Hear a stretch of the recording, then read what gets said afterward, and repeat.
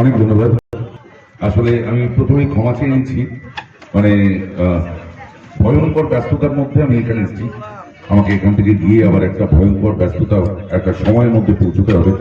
সেই কারণে আমি রিকোয়েস্ট করে মইনুল সাহেবকে রিকোয়েস্ট করে আমি প্রথমেই মাইক নিলাম, কারণ অন্যান্য বক্তারা বলার সুযোগই পেলেন না বা আগামী পরে বলবেন।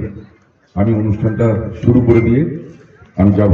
তো প্রথমেই ধন্যবাদ জানাই, অসংখ্য ধন্যবাদ মইনুল সাহেবকে, যে এরকম একটা অনুষ্ঠানে আমার মতো একজন শিল্পীকে নিয়ে এসছেন। ওনারা ইচ্ছে করলেই এখানে দেব জিৎ প্রসেনজিৎ থেকে শুরু করে যাকে খুশি আনতে পারতেন। সায়ন্তিকা এসেছিলেন এর আগের বার।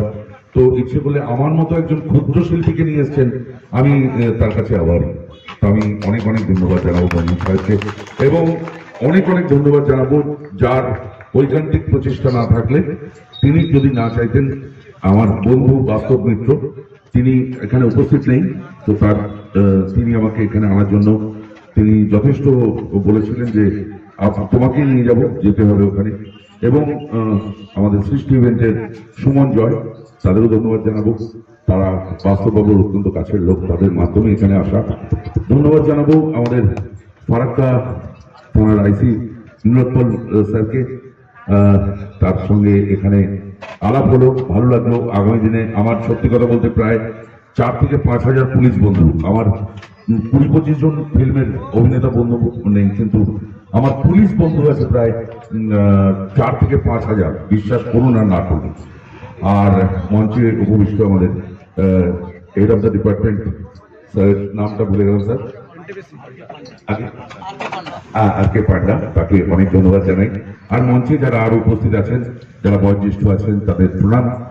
আপনারা সবাই জানেন, বাংলা সিনেমায় বহুদিন ধরে, প্রায় 30-35 বছর ধরে, প্রায় 300 ছবিতে আপনাদের প্রিয় নায়ক যারা আছেন, চিরঞ্জিত, প্রসেনজিৎ, তাপস পাল, অভিষেক চ্যাটার্জি থেকে শুরু করে বর্তমানে দেবজিৎ, যিশু, এদের মিথুন চক্রবর্তী, এদের হাতে আমি হেভি চ্যালেঞ্জ খাই। তো আর কেন খাই সে কারণটা আপনারা খুব ভালো জানেন। আপনাদের সব প্রিয় নায়িকা, যাদের দেখলে যদি ঘরের বউ হিসেবে পেতাম, এরকম মানে বহু যুগ ধরে শতাব্দী দেবশ্রী থেকে শুরু করে আজকে শ্রাবন্তী থেকে শুরু করে কোয়েল, হ্যাঁ, তারপরে শুভশ্রী, এদের শাড়ির আঁচল ধরে একটু টানাটানি করি আর কি। মানে সত্যি কথা বলতে এই হিরো আমারও হওয়ার শখ ছিল, বড় স্বাদ ছিল।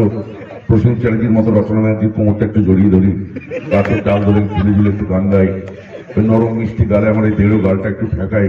কিন্তু যখন এই হিরোইনগুলোর কাছে গেছি, তখন এই সমস্যায় বলেছে মারবো জুতোর বাড়ি। তো সেই জন্য জোর করে আমি ঘরের ভেতর ধরে নিয়ে গেছি।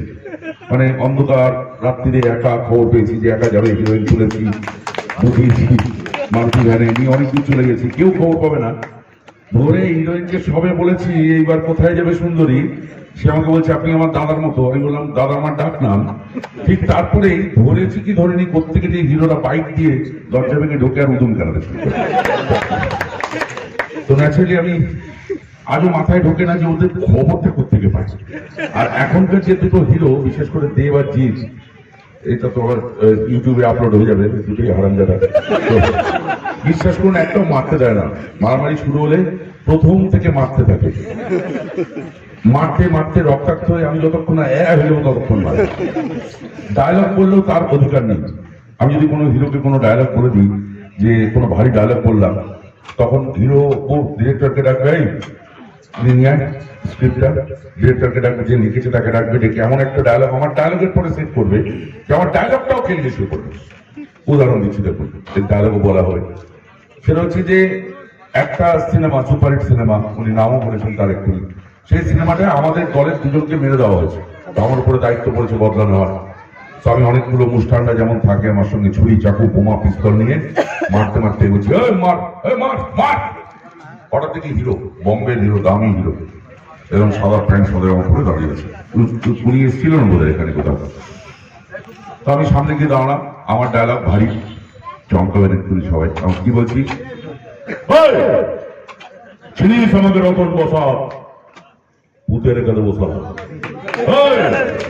ওরা আমাদের কলেজ 2 জনকে মেরেছে, আমরা ওদের 20 জনকে মারবো, তবে সালা বদলা না হবে। তুই 7 দিনের মধ্যে 7 দিন পর ফুটে যাবি। ফোট এখান থেকে নইলে চেয়ার তো চালিয়ে দেবো সালা, ফোট। ভারী ডায়লগ বললাম, হিরো শুনলো। শুনে এমন একটা ডায়লগ বলছে, এই ডায়লগ দিয়ে ডায়লগকে মারছে। কিরকম কি বলছে দেখুন,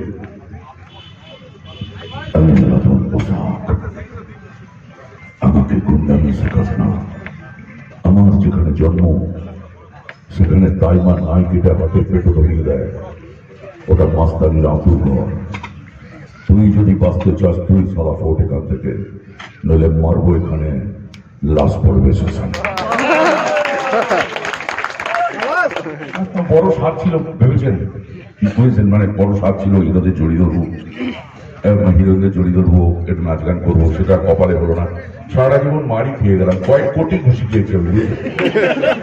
মানে বিশ্বাস করুন, আপনারা ভাবেন যে মারামারি ফলসয় হয় না, একটু মার লাগে, আপনারা বিশ্বাস করবেন না। এখানে এটা খুলে দেখা আসবে, এখানে দেখতে পাবেন, এখানে পুরো এই হাতটা এখানে কাঁচ ঢুকে গেছিল টেবিল ভাঙতে গিয়ে। আমার এই বাঁ হাতটা পুরো খোলা, দুটো হাঁটু খোলা।